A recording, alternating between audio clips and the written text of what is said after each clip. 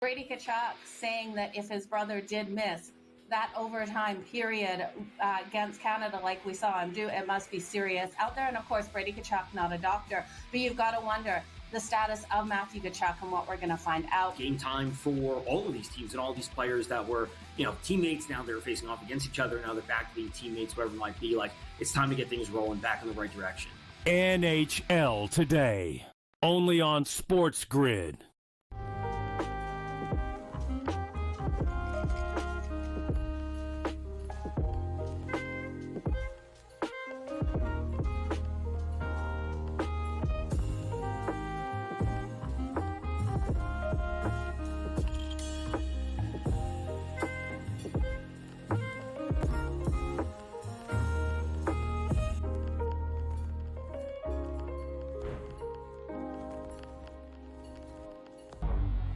Two guys that can do it all. Too much electricity this morning. This is a good time. We're having a lot of fun. I had to do a triple take. Ka-ching!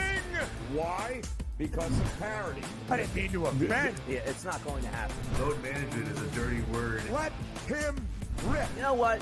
Circumstances provide the results. What? How do you do this once? Oh, Donnie, you've got such a good show there. A network that is booming. The Early Line, only on SportsGrid. St. John's could be a 2 seed. I'm going to say something crazy right now. St. John's wins out, they can get the 1 seed in the East. And they go through Providence and then Newark. So if St. John's stays away from Auburn and Duke, I think St. John's comes out of the East. And I think Auburn, Duke, Houston, St. John's is your Final Four. Betting above the rim, only on SportsGrid.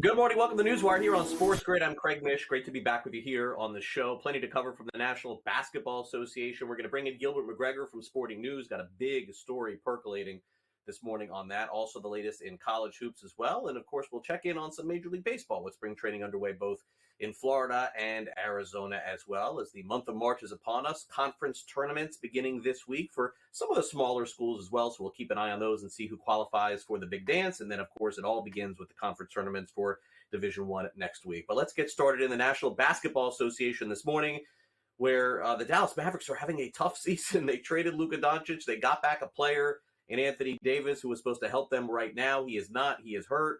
And for the remainder of the season, Kyrie Irving not going to suit up for the Mavericks as well, putting his future in doubt as well. He's got a torn ACL. It is being reported by ESPN this morning. He's the only player in the NBA averaging 20 points, 40% from three, 90% from the free throw line. He's having a fantastic season, or I should say was having a fantastic season. Kyrie Irving, torn ACL. That's going to cost him not only this year, but maybe even some of next year as well. All right, some news in the world of sports betting. An ex-FanDuel president is taking over at a company called GeoComply. GeoComply has named Kip Levin. He is the new CEO. And by the way, GeoComply provides anti-fraud and geolocation compliance technologies that assist fraud detection and user identity verification. Let me say this to you in more layman terms.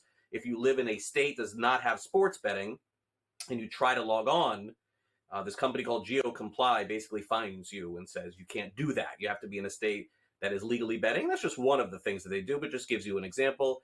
He's had a lot of leadership, different positions over at FanDuel and Flutter over the past decade. Also, there's some news in college football and college sports as well. Finally, it looks like the ACC is coming to an agreement with Florida State and Clemson in a settlement over potentially or not leaving the conference. FSU and Clemson are going to vote today on an agreement that would result in the settlement of ongoing lawsuits with the school and the ACC and a new revenue distribution strategy that would solidify the conference's membership for the near future, meaning that they'll get paid to not leave the Atlantic Coast Conference in a new revenue distribution model. And, certainly this is good news for both revenue and TV and also for the schools as well. So it looks like FSU and Clemson staying in the Atlantic Coast Conference for the foreseeable future. For the foreseeable future, all we do on this show is talk about Shai Gilgeous-Alexander. He's going to be the MVP of the NBA at the end of the season, and he went off again last night. I feel like we do this every day. 51 points for him yesterday. The Thunder beat the Rockets 137-128. It is their 50th win of the season, and now SGA is up to minus 600.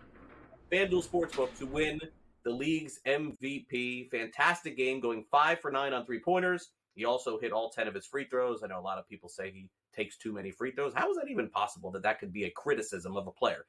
Anyway, SGA talked about scoring 50 yet again last night. It becomes, it's not, you can say it's not as exciting as the first one, but it's more like getting lost in the process of just competing and like playing the game you love. And then wherever that takes you, it takes you. It's going to be different for everybody. Not everyone could be Michael Jordan, you know what I mean? Like, no matter how much work you put in, there has to be a Michael Jordan. And I'm just getting lost in the process and having fun with it, whether it's 50, whether it's 27, whether it's 17. Like, as long as we win, I have fun with it. It's a fun night. One of the other very impressive teams over the past month has been the Detroit Pistons. They actually lost the game recently, if you can believe that. They were on an incredible winning streak, and now they're starting another one. They beat the Utah Jazz, final 134-106. They've now won 10 games out of their last 11 for the first time since the 2007-2008 season. Of course, the leading scorer, Cade Cunningham, had 29 points last night, 21-6 run to end the game, and Cunningham says that they're just taking it all in stride. Yeah, I don't know what the word is, but I think it's natural for sure. I'm trying to win games. I'm not really concerned with what that looks like for me individually. I've always said, whatever, like winning is gonna bring everything that I want for myself and for everybody else. So teams are changing the way that they're guarding me. They're trying to get the ball in my hands a lot more, and I'm not trying to necessarily force me scoring points. We got a lot of great passes on this team, a lot of people that can finish plays. So just getting them the ball 4-on-3 situations and allowing them to make plays. It's hard for teams to guard that, and that's why, I think we've had some great quarters and without me shooting the ball at all, we got a lot of players that can make plays. One of the most exciting finishes in the league last night had to be the Atlanta Hawks with a full court pass off a steal to Karis LeVert. That gave the Hawks a last-second win, 132-130 over the Memphis Grizzlies. Meanwhile, Draymond Green had 16 points and 13 rebounds as the Warriors beat the Hornets by a final score of 119-101. Steph Curry, 21 points. Jimmy Butler, 13 points, 4 assists. Here's Draymond after the game on the team's first half. In the first half, I thought we was playing a pretty good basketball, and it just didn't quite bounce our way. Second half, I think, they came out, got it going, and we weathered the storm, and took control of the game when we needed to take control of the game. Steve did some things that was kind of to light a fire. It took me out with 8 minutes to go. I think took me and BP out, or me. I want to say me and BP with 8 minutes to go in the third quarter, and mixing some things up to fire the team up, to get the team going. And I think guys responded really well. The new AP poll in college basketball is out. The same team's been number one for several weeks. It's the Auburn Tigers as they head toward the end of the regular season and the SEC tournament with a shot to be the number one overall seed for the upcoming NCAA tournament in a couple of weeks. St. John's, by the way, moved up one spot. They're number 6 in the country, just on the outside looking in at a number 1 seed, but a number 2 could be in play for them. Also, number 22 Texas A&M fell 10 places after losing to Vanderbilt and Florida over the weekend. Meanwhile, the Kansas Jayhawks have to be wondering what March is going to look like for them, if anything at all. They lost to Houston yesterday. LJ Cryer had 22 points, and number 3 Houston beat Kansas 65-59. They've now won 9 straight games, have the Cougars. They've been playing great basketball. So is Cooper Flagg. How about this kid?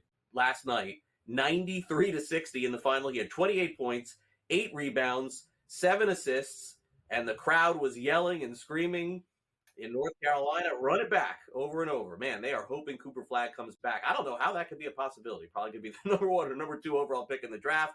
Needless to say, John Shire, the head coach of Duke, 33-point win for them, talked about getting it done. But I just thought the toughness from our group tonight when we weren't making shots in the first half, we defended. They had 17 points with under 4 timeout. I think we were 6 for 20 from 3.5. I'm pretty sure. Is that right? And so we didn't make some shots, but Wake has a good defense too, so they're going to make you miss. And just the toughness throughout, the selfishness throughout, I was really proud of. So I'll take any questions, but I thought it was a great collective effort against a good team where we didn't necessarily make all the shots right away. I thought they took us out of our offensive rhythm, and to get 93 points against this team is a big deal. Impressive win for Duke. Also not impressed is T. Higgins of the Cincinnati Bengals, who went on social media yesterday and sent out a post that said, tag. It is franchise tag season, and T. Higgins is getting that franchise tag again. Got to either pay this guy or trade him, I think, at this point, but they're trying to figure out Jamar Chase. Going to be hard to do. Vikings not going to tag quarterback Sam Darnold. They still want to re-sign him. We'll follow that story throughout the summer. Dolphins are not expected to franchise tag Javon Holland, so he could go elsewhere. And also the Eagles have released 6-time Pro Bowler Darius Slay. In baseball, starting pitcher Luis Gil, who was fantastic for the Yankees last season, is out for 6 weeks with a high-grade lat strain. They'll have to fix his spot in the rotation. The Brewers have added Jose Quintana to the mix. Jose Altuve going to play mostly left field this season, and spring training games will get underway in the Grapefruit League. In approximately 1 hour, Chris Sale will be on the mound for the Atlanta Braves. We'll be right back with Gilbert McGregor next.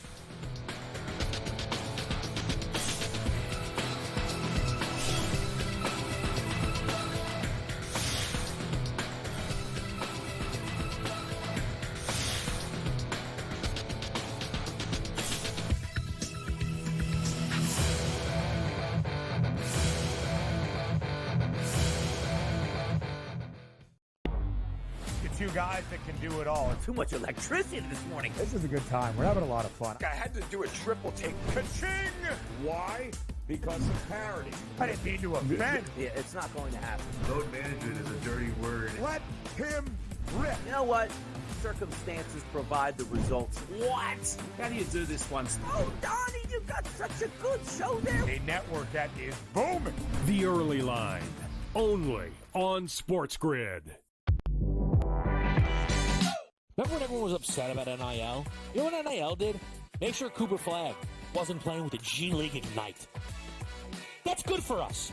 That's good for college basketball. When the best players are actually playing college basketball. You're going to get battle tested. And it doesn't matter, Kevin, if you're at home or on the road. If you don't come ready to play in the SEC, you're going home with an L. Betting above the rim, only on SportsGrid. He doesn't feel like he gets enough recognition for his achievements. I'm on a really good team, and I'm like, I don't matter, but I'll have nights I'll have 21, 19, 18, because I don't matter. I would rather be on a team, a good team that wins, than care about myself.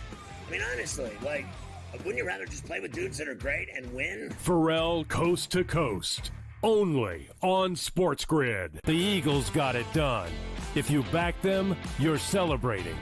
Football season may be over, but the action never stops. Are you ready for some baseball? At SportsGrid, we're always in the game. We bring you 24/7 betting insights, expert picks, and real-time analysis. Next big play is already in motion. Are you ready? It's smarter to be on SportsGrid.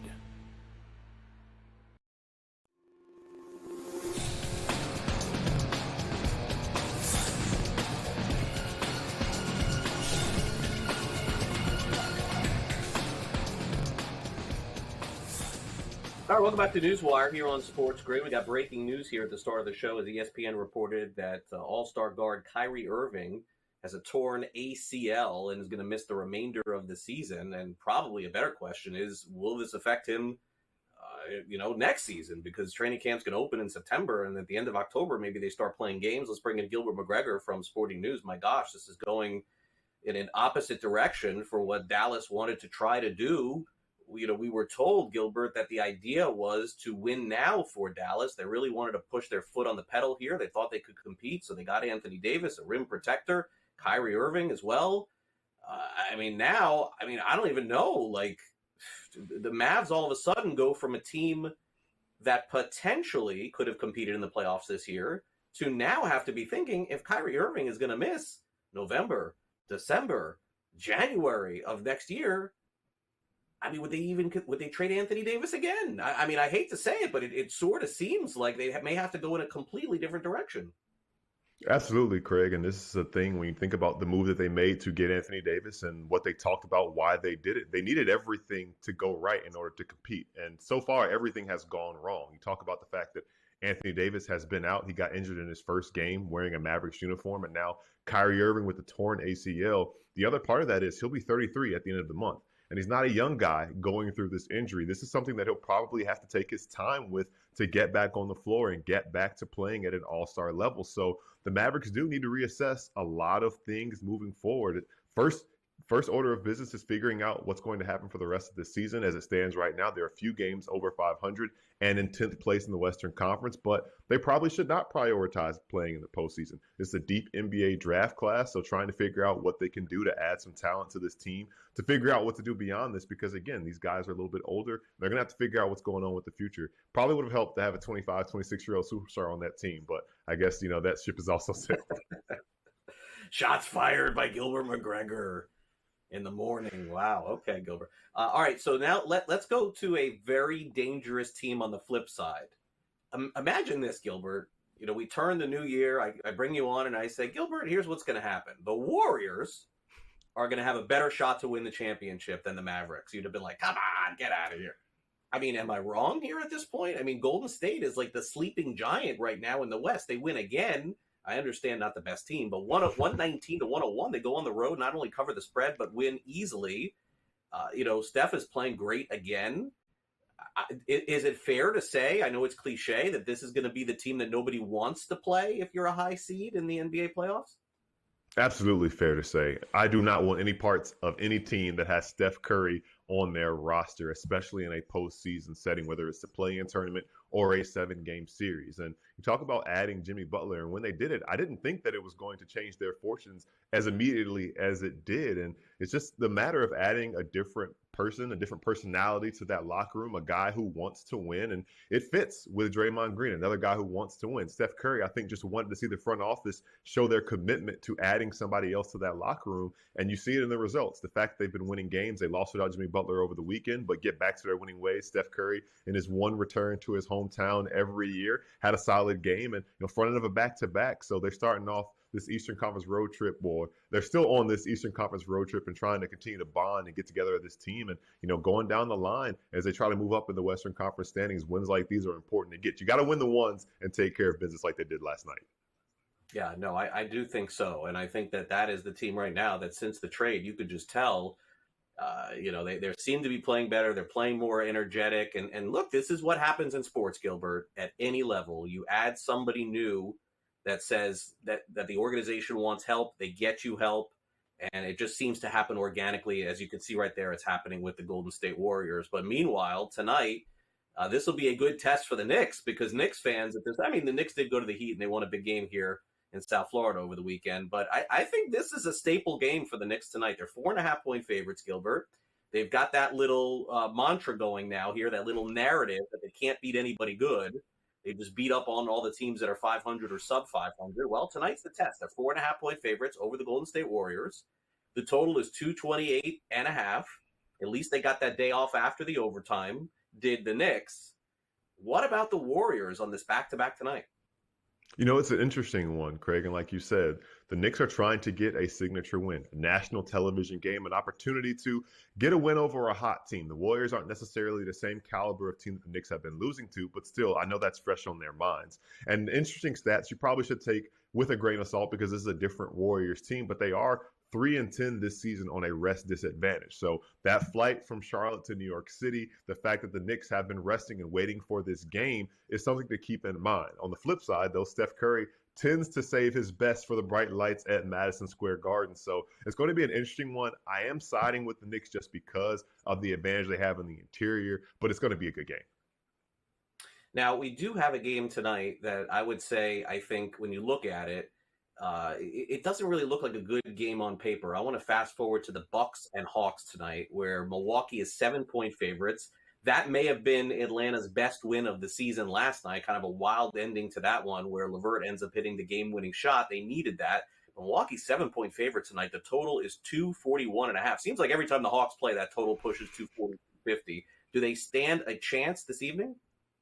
I'm not sure if they have a chance against this Bucks team. Nobody really has an answer for Giannis Antetokounmpo, but the Hawks might really not have an answer for Giannis Antetokounmpo. I think that the Hawks' best chance is to make this a game that goes up and down, so that over is a little enticing for me in this game. It is a second end of a back-to-back for Atlanta. As we mentioned, they had a hard-fought game last night, which, by the way, for those of you out there, maybe look into those Dyson Daniels Defensive Player of the Year odds because he continues to make play after play. But I like the Bucks in this game, just the fact that the Hawks did travel from Memphis back to Atlanta overnight, and they have to deal with that as well as the Bucks' offensive attack. So their hands are going to be full tonight in Atlanta.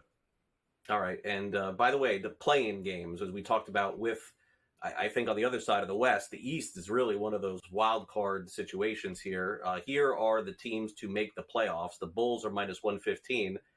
I mean, is FanDuel kidding me? Philadelphia plus 280? I mean, they're getting like 14. Are there 14-point underdogs tonight in an NBA game? Come on, they're out of it. Toronto, Detroit, Brooklyn rounded out. Bulls are probably in. Who do you like after that? Bulls in. We talked about the Hawks a little bit as well, and it feels like the Heat and Magic are kind of locked into that 7 through 10 space as well. So feels like we're pretty much locked with what we have in the Eastern Conference, barring anything crazy. Awesome stuff, Gilbert. As always, take shots here on the show. We'll see you next time. Thank you.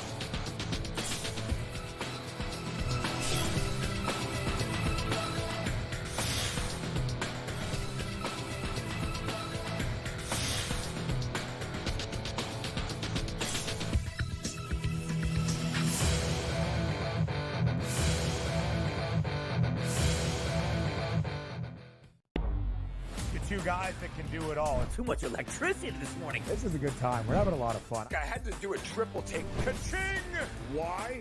Because of parity. I didn't mean to offend. Yeah, it's not going to happen. Load management is a dirty word. Let him rip. You know what?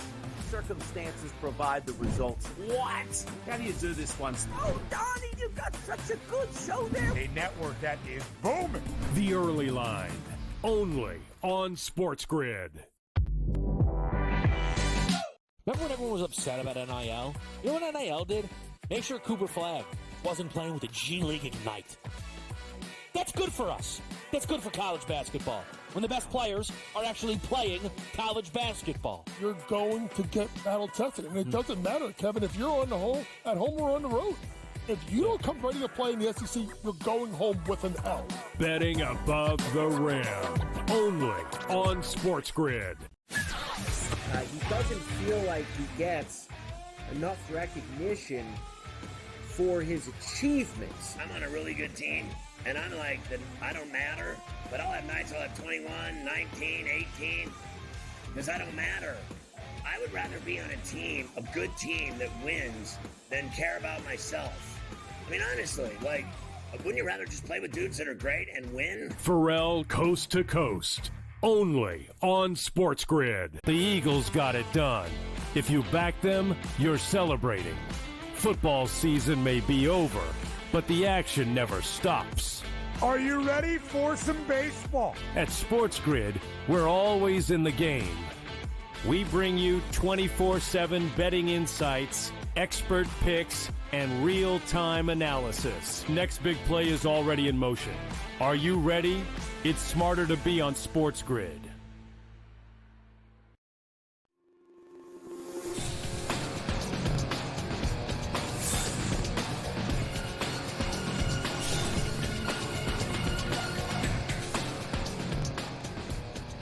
All right, welcome back to NewsWire on SportsGrid. Boy, Auburn looks like the best college basketball team in the country. I don't think there's any question about that. The only question is, are the number one seeds get it to the end? I mean, aren't you guys ready to fill out your bracket? I know I am here at SportsGrid. Before we get to that, we still have a couple of weeks left of the regular season and conference play. Let's get to it. Time now for the SportsGrid Sound Off.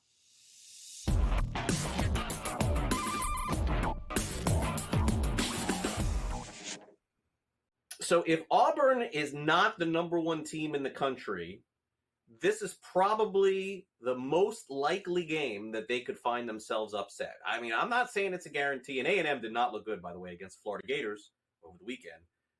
But Auburn has to go on the road tonight to face the number 22 team in the country in Texas A&M. So this is our, what we would call, premier matchup on the SportsGrid Sound Off. Let's get a preview with Ben Stevens. It is now the month of March, which means it's the most important time of year to be playing your best basketball. And all year long, that has really been the case for the number one team in the country, the Auburn Tigers, who will more than likely be the number one overall seed for the men's NCAA tournament. Bruce Pearl's Tigers have won 6 consecutive games, including their last 3 by at least 12 points. An impressive road win inside a Rupp Arena, pasting 94 points on Kentucky over the weekend. Auburn looks to continue that good play on the road in College Station. Very different story for a Texas A&M team on a slide right now. 4 consecutive losses for the Aggies. Can they snap the skid, trying to play their best basketball to end out this final week of the regular season? They will be at home in College Station with the opportunity to knock off the number one team in the country. Craig, back to you. Should be, I would say, probably one of the best games of the SEC in the week. But don't forget, coming up this weekend, rivalry weekend in college basketball as well. Meanwhile, Bruce Pearl has his eyes on the prize, not just the conference, but obviously to win it all. But it's going to have to start tonight at College Station, as Ben mentioned, where they take on the Aggies in Texas A&M. Doesn't seem like Auburn has lost any focus being the number one team and the team that everybody's trying to beat as well. Here is Bruce Pearl, the head coach of Auburn, on staying focused down the stretch. We just put it all on the table, and I think the thing about him is that we talked about this before the Kentucky game, and one of the things that I want to try to separate my guys from and compliment my guys, and I've done it all year, and they've done it all year, is what team respects every opponent you play and gets excited about playing every single night, except this team. And every team has letdowns. Every team has letdowns, right? Not this team. And they're to be commended for that. It's a combination of respecting their opponent and also, a real desire to make history. And, and especially when, and again, what I wanted our guys to understand about going up to Rupp was how hard that was going to be. Like we got to play really well up here to win. There's all kind of history going up against us. There's a great team over there that's beaten 7 teams of the top 15. Do you know how difficult this is going to be? And do you know how good they are? And yet, we're 14-1 going into this game, and they're 8-7 going into this game. I want to compliment you guys. You're deserving of this championship. You've earned this championship. Now go out and prove it. Now let's get it tonight. All right, good stuff from Bruce Pearl. Let's now hear from the head coach of A&M. It's Buzz Williams breaking down what he sees with the Tigers. Whether it's in the half court or the full court, unique style of play and what they do in special situations that Coach Pearl has been known for throughout his career. It's hard for me, to be honest, Chip, to kind of rewind in my brain every team we've played. I guess the fourth number one team I have played in my career was Auburn, at Auburn. I think we beat them when they were number 2. We beat Alabama when they were number 2. We beat Alabama when they were number 2. We lost to Auburn. I think we're 5-2 against Auburn since we've been here. And one of those 2 losses was when they were number 1. And it was college game day, just like it was at Florida. But it was a morning game. It was an 11:30 game at Auburn. And that's when we... after that game, we changed nearly everything we have done offensively since that moment in time. But that team obviously was really good. I would say categorically, this team is probably the best. Preview of the game tonight, coming a little bit later on Pharrell Coast to Coast, 3 o'clock Eastern here on SportsGrid. When we come back next, fantasy baseball season is in full swing. Joe Pisapia of Fantasy Pros and of SportsGrid joins us next to break down some of his sleepers for draft season. Don't go away.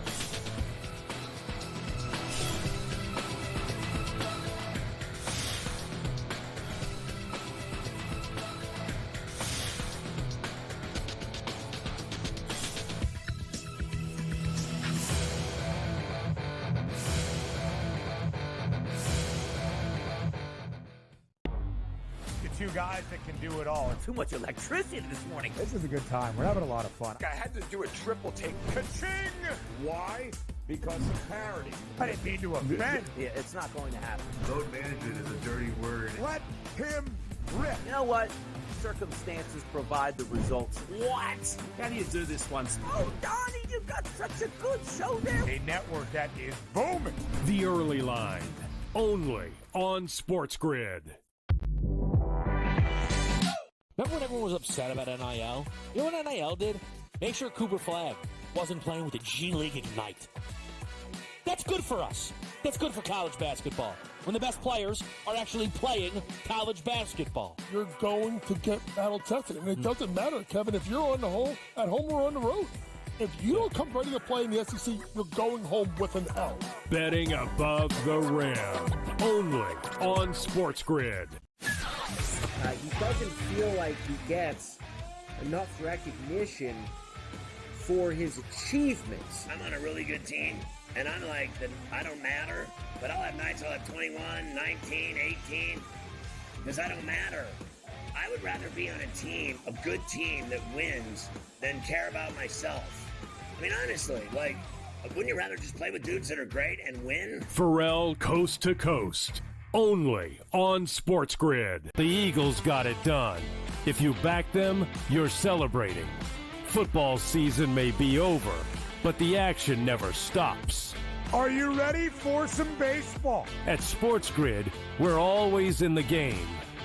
We bring you 24/7 betting insights, expert picks, and real-time analysis. Next big play is already in motion. Are you ready? It's smarter to be on SportsGrid.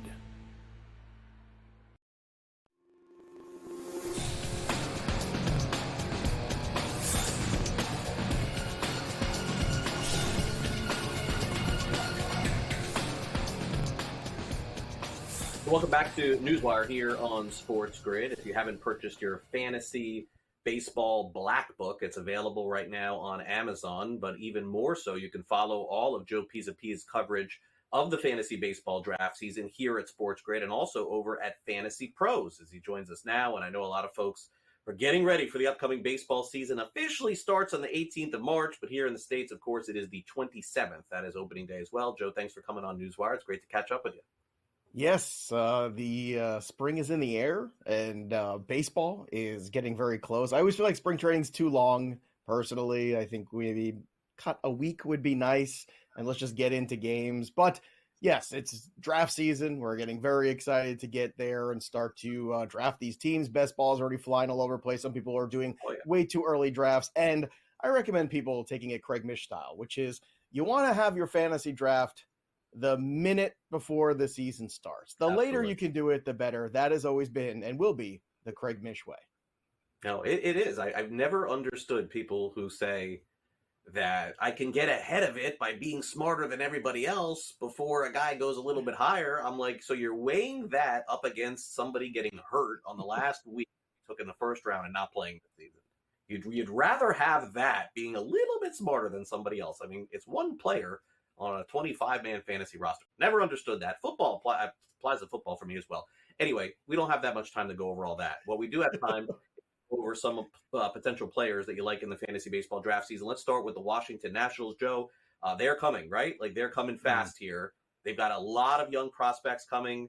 Dylan Cruz is one of the kids I like a lot. James Wood is another one of those that getting a full complement of at-bats this season to go along with C.J. Abrams and some of these other offensive players. Dare I say the Nationals, Joe, may have a very potent offense. We haven't said that in years, have we? No, we have not. And they've been really good at identifying talent for quite a while now. Whether you go back to Bryce Harper, Strasburg, you go to the obvious, incredible Juan Soto, and now James Wood. You have Dylan Cruz, you mentioned before, but James Wood, to me, you look at that minor league slash, 300 batting average, 400 on base, 500 slugging. He's got power. He's got speed. Now, the frame he's going to grow into in the next couple of years, but I think as soon as this year, this is a real breakout player in 2025 in fantasy. So I'm willing to be aggressive on him because what I'm trying to do is project to what the 2026 draft is going to look like. And I think we'd be really surprised if James Wood wasn't a second-round pick next year. So why not start drafting him a little bit earlier? Because we're not drafting a team for last season. We're drafting a team for this season and what it might look like on the draft boards in 2026. And the guy who's a 5-tool player like this, who can hit for average, hit for power, and as you mentioned, a Washington Nationals team that is very good, and I also think is going to cover a lot of games this year too. They're going to keep games close. Maybe they don't win as many games because it's such a tough division there with the Braves, with the Mets. Obviously, the Phillies are always going to be in this thing. But the Nationals, I think, could be one of these teams that really surprises people and covers a lot of games in 2025. Yeah, I think so too. I think a big jump coming for them, and then maybe in a year from now, we're having a different conversation with them. All right, so this is an interesting player to cover here, Joe, because Matt Shaw is thought to be maybe the best offensive prospect that the Cubs have coming, but it was very clear they were trying to have this romance with Alex Bregman in the offseason, so I'm not really sure how confident they are in Shaw playing 150 games and doing very well this season. But now it looks like he's got the job. Fangraphs projects him to have double-digit home runs, maybe around 15 or so. So that's the good news here. I do get a little concerned when I know the Cubs when a team is pursuing someone else over the prospect that they had. So that would be kind of my only concern with him going in. Well, I think they were willing to pursue Bregman because of the versatility of Matt Shaw. This is a guy that could play second base for you. He's a guy that in the minor leagues has played some third, has played shortstop. So this is a guy that if you brought in Bregman, it wouldn't make much of a difference because you could stick Bregman at third and move Shaw somewhere else. And just like James Wood, another guy that has elite level minor league slash, right? Over 300 batting average, almost a 400 OBP, and a 500 slugging. So Matt Shaw doesn't have very much left to prove at the minor league level. Now he is dealing with an oblique issue. He's been a little slow here in camp. He did pick live batting practice this weekend, so that is a positive. So monitor this. Maybe Matt Shaw doesn't break with the team, but I would be shocked if he wasn't up and contributing by Memorial Day. And when you're drafting these fantasy teams, if you have these late picks, remember, it's a very long season. Drafting a guy like Shaw, sticking him on your bench is a very wise thing because there's a good chance then Matt Shaw is going to be productive for you maybe 4 of the 6 months of the season, and that is a pretty good investment still. Yeah, got to get on the field. I know that he's been dealing with an oblique issue by next week or so, or else I think you're right, Joe. I think they may ticket him for Iowa. Okay, so last year I was all over this player, Jung-Hoo Lee, and I thought, wow, this is a great sleeper for the 2024 season, and it lasted like a couple of weeks. I feel like Jung-Hoo Lee barely played and was hurt, and that was it. So, but nobody wants him this season. That's basically the way it is. I cannot imagine the Giants giving this kind of money to a player that's a complete bust, right? No, I can't either. And as you said, I think it was just injuries last year. And post-hype sleepers are great. I mean, Jackson Holliday is one of my favorite ones to buy back in on, a guy going outside the top 200 ADP. And Jung-Hoo Lee, another guy who has batting average, which is harder and harder to find these days. He's got a good spot in the lineup. Right now, he's projected to hit third in this lineup. So instead of being the leadoff guy where the RBI might suffer a little bit, Jung-Hoo Lee is going to be a guy that's going to score runs, drive in some runs. He's got Chapman in this lineup now. He's got Willie Adames. He's hitting between those two guys right now, theoretically. It's a really good spot for Jung-Hoo Lee to get back on track. Watch him this spring. So far, it's been pretty good there. And another guy that can help you as kind of a 5-category player, which is I would prefer a guy like him late in draft instead of some guy who just steals bases like a Victor Robles. And those guys are going around the same ADP. All right, fair enough with the Giants. Now, over in the American League, I think that the hype it's too much here, Joe. At this point, there's no discount for Junior Caminero. This was like my favorite player going into the baseball season. Everybody knows about him, though. He had 2 home runs the other day with Tampa Bay. I mean, there's no discount with this. This is probably the highest rising player in all of fantasy baseball. So I guess how high would you end up taking him? Because I'm seeing like 3rd round here now, Joe. Well, he hasn't quite gone that early in a lot of the drafts that I've been doing. And I think that's something you're looking at the consensus ADP on Fantasy Pros. It hasn't really caught up yet. He's still got guys like Bregman going over him and some other guys that I think you know what you're getting out of them. But this is, again, about projectability. Where is Junior Caminero going in 2026? And I'm also higher on Junior Caminero even this year than I was last year, not just because the price is a little cheaper, but because he's getting out of that ballpark at home. Tampa was a very tough place. It's not exactly a hitter's haven. Now he's going to be outside in that Steinbrenner field for his home games. And I think there's a chance that is going to really help him in a positive way as we get into the summertime where the ball starts flying out a little bit there in Florida. So Caminero, again, some guys are worth a little bit of an overpay. James Wood is one, and Junior Caminero is the other. Yeah, and a lot of home games for Tampa Bay in April and May, mostly road games the remainder of the season. That's just the way that they tried to set it up to avoid the rain. All right, sell me on Gavin Williams this year, Joe. Everyone tried to sell me on him last year.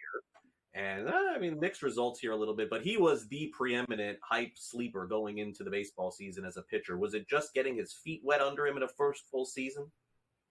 Yeah, I think it was a bit of that, but it's also when you start to look at the xERA and the FIP and all those other metrics where maybe the ERA was a little higher than it should be. It shouldn't have been in the 4.8s. It should have been much closer to under 4. So that's always encouraging. And if you look at, again, we got to look at the minor league track record of these guys. That's going to project to what these guys are going to be. 192 minor league innings, a 2.34 ERA. He was dominant.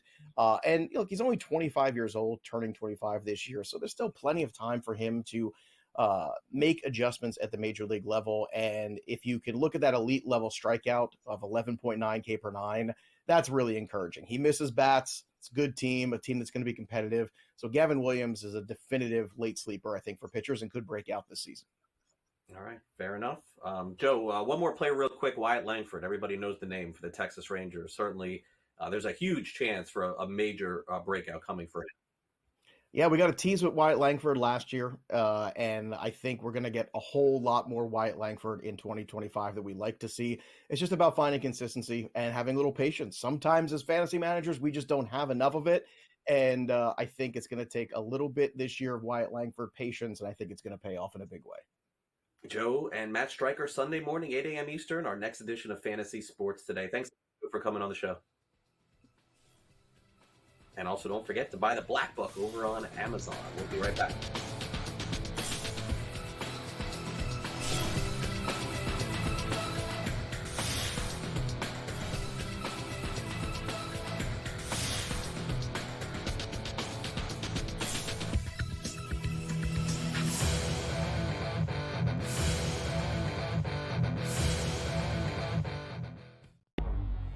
Two guys that can do it all. Too much electricity this morning. This is a good time. We're having a lot of fun. I had to do a triple take. Ka-ching! Why? Because of parity. I didn't mean to offend. Yeah, it's not going to happen. Load management is a dirty word. Let him rip. You know what? Circumstances provide the results. What? How do you do this once? Oh, Donnie, you got such a good show there. A network that is booming. The Early Line, only on SportsGrid. Remember when everyone was upset about NIL? You know what NIL did? Make sure Cooper Flag wasn't playing with the G League Ignite. That's good for us. That's good for college basketball. When the best players are actually playing college basketball. You're going to get battle tested. And it doesn't matter, Kevin, if you're at home or on the road. If you don't come ready to play in the SEC, you're going home with an L. Betting above the rim, only on SportsGrid.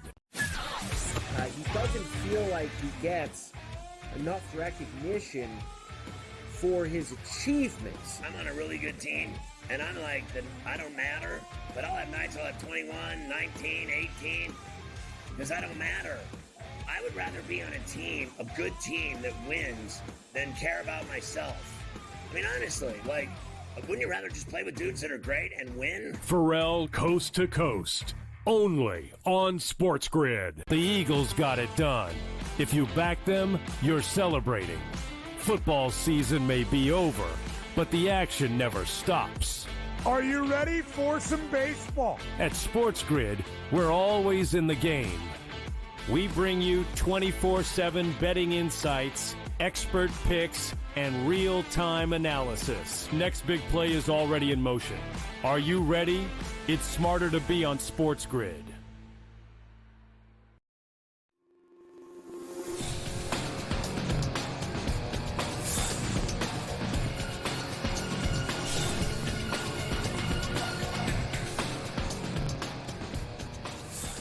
Welcome back to NewsWire. Let's have some pro football conversation with USA Today's Jacob Camenker as he joins us now. You can read all of his work over usatoday.com and follow him on social media as we get ready for free agency. It is franchise tag season, Jacob, in the NFL. So we do have some news percolating around here. Let's start with what the Bengals are going to do about T. Higgins. T. Higgins promised everybody on social media when he knew what was going to happen, he would tweet it out, and he did. He tweeted out tag yesterday. So he's franchise tagged again. Jacob, we know that the priority is to get Jamar Chase signed. Do the Bengals have it in them to keep both of these players? It would seem to me extremely unlikely. How can they devote that much money to one position? It's going to be very difficult for them to pull it off, but if that's what Joe Burrow wants, I think the Bengals are going to have to give it to him. The easiest way to do that would be to extend Chase and then probably restructure Burrow's contract, push a lot of money into future years, add those lovable void years that extend the contract length and change the bonus allocation per year to lower the cap hit. We could get into all the gymnastics of that if we wanted to, but I think their plan right now is, hey, we've tagged T. Higgins again. We guarantee that we have him for one more season. And I think they're going to work hard to get that long-term extension signed. But as long as they're looking in like a couple different directions and trying to get the deal done with Jamar Chase, it's going to be very hard for them to sign Higgins. So I think we might end up in a similar situation next year. And I don't think they'd use a third franchise tag on T. Higgins, but hey, you never know. Yeah, it'll be. I think once Chase gets done, we can figure out what Higgins can do. They cannot go into another summer without having Chase unsigned like they did last time. All right, so message sent by the Minnesota Vikings. I think, okay, that's it. J.J. McCarthy, he's our guy. We'll probably spend some money on a decent backup quarterback, but no franchise tag for Sam Darnold. They're saying all the right things, Jacob, but to me, this means Darnold's headed elsewhere. I think so, too. I think it doesn't make sense for them to bring back Sam Darnold. I mean, he had a great year last year, but we saw in those last two games his limitations and the fact that he wasn't necessarily going to be able to get this team over the top. So I think where they already had the first-round investment in J.J. McCarthy, it makes sense to say, hey, look, we're going to pivot to McCarthy. He's had a whole year now to get healthy. I think he was recovering from a torn meniscus. I think he had a couple surgeries. So you'd like some veteran insurance for him just in case he's a little slow out of the gate, and you just never know. But they were never going to pay Sam Darnold $40 million on the franchise tag. That would have eaten up about 2/3 of their available cap space and really hamstrung what they can do. And, they have a lot of available space. Think about $62 million because they have J.J. McCarthy on a rookie contract. So it's kind of time for the Vikings to say, hey, we're going to take advantage of this and try to see if in this 3-year window where McCarthy's on this rookie deal, can we get the most out of him? And yeah, Sam Darnold probably going to get like a bridge tier quarterback type of salary, but that's something that I don't think the Vikings will ultimately pay unless his market value is a lot less than people think it will be. No, I think you're right. I think he's going to get paid and get paid a lot to go to some team that doesn't have a quarterback. And I don't think the Vikings would do that, knowing that they just drafted J.J. McCarthy. How poor would that look in the organization that they don't even give this kid the keys after they took him so high in the draft last year? All right, couple of quick notes from the NFL. Want to get your thoughts on this. Javon Holland took a major step back with the Dolphins. Dolphins defense took a major step back. So it looks like Javon Holland going to leave Miami, not going to extend the franchise tag there. And then maybe a little bit of a surprise with the Eagles, as after winning a Super Bowl, Darius Slay looks like he is going to be sent packing. He's had a fantastic career, by the way. Takes nothing away from him. It's just get a little bit older. Injuries pop up a little bit, and then they go different directions. So I don't think either of these two things will be a surprise, and both players will find a new home. I agree. I think Javon Holland might just need a change of scenery. We really saw the Dolphins have now had 3 different defensive coordinators in 3 years, and sometimes going through scheme changes can really impact the effectiveness of a player, and I think we might have seen that last year with Holland. There's no doubt that he's a good talent, but I mean, we saw what Vic Fangio did with that Philadelphia defense, essentially taking them from bottom 10 unit to one of the best in the league. So I think the Dolphins were really missing him last season, Fangio, that is. And I think from the Eagles standpoint, you're looking at Darius Slay, you're looking at James Bradbury, who they also got rid of. And I think that those are just 2 veteran guys. And I think that they need to just move on from them to create some cap space to try to, open up space, bring back Josh Sweat, Milton Williams, and Zach Bond. Those 3 guys are key starters for them. And they have a couple of really good young stars in Cooper DeJean and Quinyon Mitchell at corner. So they didn't need Slay anymore, but he will land with another team. He's probably got 1 more year in the tank, and I imagine someone will sign him. Yeah, it just happens to be one of those seasons where, we were talking off the air that Jacob and I both feel that whatever you're hearing about the quarterbacks right now is all nonsense. In the first 30 picks, we're going to have 4 players, 5 players at quarterback. They're going to be franchise quarterbacks for these teams. The open period comes on March the 10th, where we start to hear rumors and signings. Aaron Rodgers, Darnold, as we just showed you, Winston and Fields are the preeminent offensive quarterbacks that are available. This is like a very weak list. So I'm going to guess the reason why all of these teams have kept their first-round pick is to draft future quarterbacks, because it feels like all four of these are placeholders, and I don't even know that I could say that about Winston or Fields. Yeah, I think you're looking at the free agent class and saying to yourself, well, Rodgers and Darnold, you feel at least decent about having as a bridge quarterback. I mean, Rodgers' best days are probably behind him, but he's still a four-time MVP. Sam Darnold was very good last year, had the sixth highest passer rating in the NFL, but those 2 weeks at the end of the season are going to leave you some pause. So there's a lot to look at with those two guys and say, man, this is a risky move. So I think the teams drafting atop the NFL draft who need quarterbacks, especially like the Cleveland Browns, where they're hamstrung with what they can do financially because of the Deshaun Watson albatross contract, they're going to probably take Cam Ward or Shadur Sanders. And if the Giants also take one of those guys, then the question becomes, how high are teams willing to take Jackson Dart? He seems to be gaining momentum. Is he going to be a first rounder? Is he going to be a second rounder? Craig, we see this every year. Guys go in the first round that we don't necessarily expect. So unless the teams really just sour on this year's quarterbacks class, I think we might end up seeing a third first-round quarterback. I think we're going to see 4 first-round quarterbacks. I mean, again, you mentioned Penix off the air. I mean, Jordan Love, was he anywhere near the first round this time 3 years ago when he was drafted? I mean, come on. Yeah, Lamar Jackson, yeah. It happens every season. Jacob, we'll look forward to talking to you again next week. Thanks for coming on. Thanks, Craig. Take care. We'll be right back.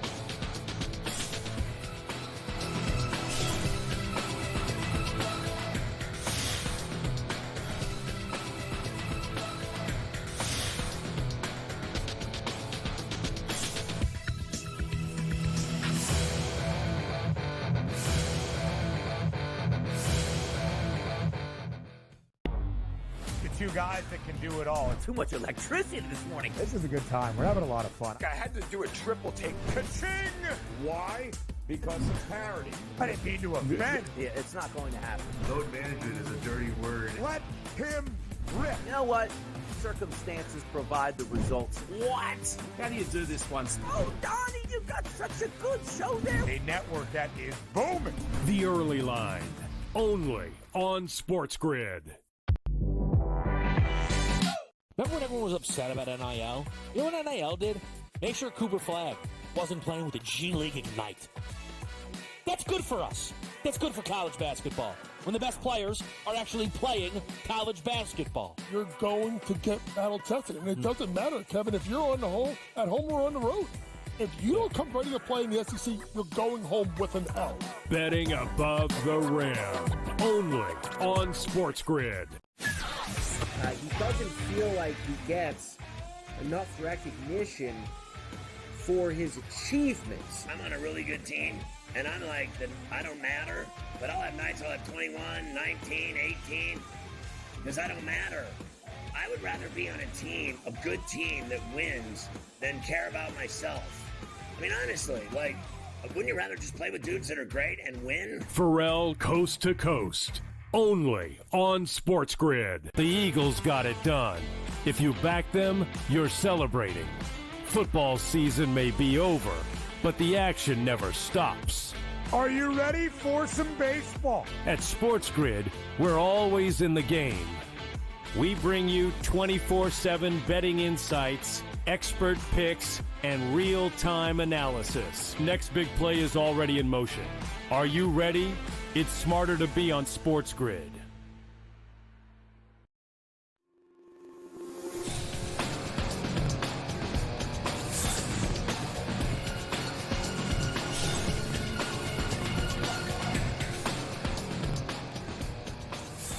Welcome back to NewsWire here on SportsGrid. Our top story of the day, and will be of the day here on our network, is the Dallas Mavericks losing Kyrie Irving for the rest of the season with a torn ACL. It has just been a very rough couple of months for the Mavericks and Mavericks fans as they lose Luka Doncic in a trade. They lose Anthony Davis to injury. They lose Gafford too. And now they've lost Kyrie. Let's get to some last licks.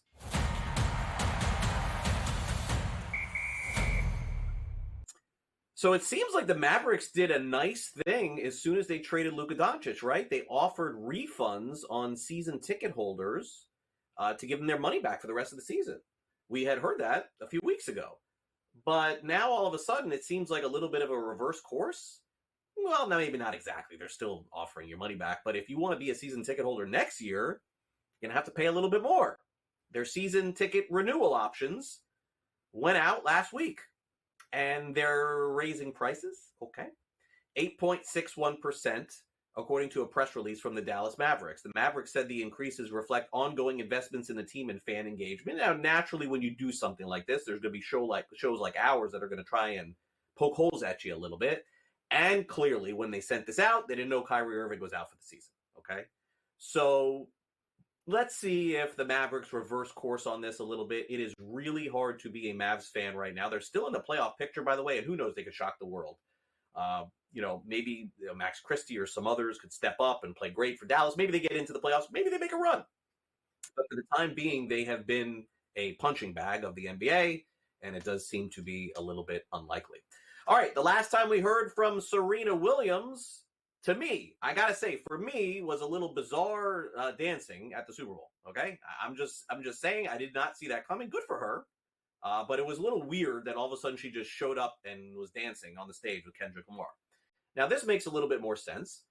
Serena is going to be part of the new ownership group, and she is the part ownership group of the Toronto Tempo.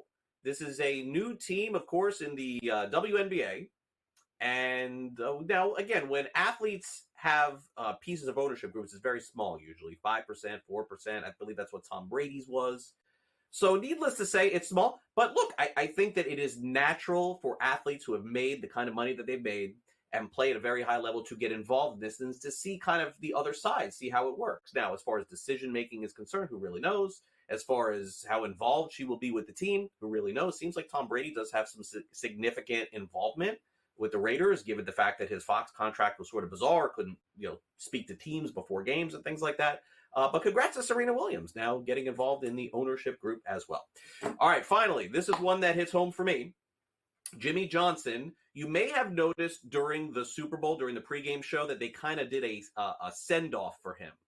They did not announce his retirement, but they did reflect on all of the years that he had as a broadcaster, over 30 years with Fox. Well, he made it official yesterday by announcing his retirement from television. You may remember he did not coach after he coached with the Miami Dolphins in the NFL, but Jimmy Johnson, through the years, was somebody that I got to know very well, of course, because he was at the University of Miami, and then he spent some time with the Dolphins as well. For those of you who don't know, Jimmy Johnson lives in the Keys in South Florida and basically just spends all of his time outdoors, boating, hanging out, fishing, doing things of that nature, and has always kind of found it a little bit burdenous the last few years to have to leave Key West, never wanted to leave, to go to California to do the pre and post game for Fox.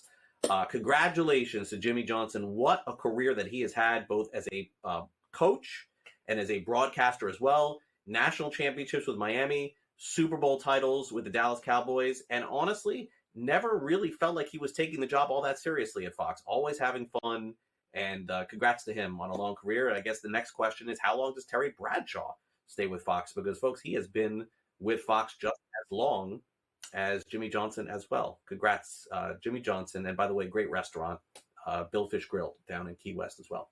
All right, or Almirada, I should say. That'll do it for our show today. Thanks to everybody who tuned in. By the way, Valspar Open coming up in the on the PGA Tour. We got the Florida Swing going on. Noon Eastern, Smiley Kaufman's going to be here with you with the very latest in golf. That's followed by Scott Farrell Coast to Coast. I was on the show yesterday. If you want to catch some of my conversation with Scott, you can go to my social media or go to SportsGrid social media or Farrell's social media as well. We just posted that. Game time decisions at 6, followed by in-game live game day. And then tonight, Sports Rage. Gabe's got you covered for that big game between Auburn and Texas A&M. He'll tell you all about it. Also, thanks to all of our guests on the show today, Gilbert McGregor and Jacob Camenker for coming on the program, and Joe Pisapia talking fantasy baseball with us. For our director, Luke, and my producer, Frank, I'm Craig Mish. Enjoy the rest of your day. See you tomorrow for our next edition of NewsWire.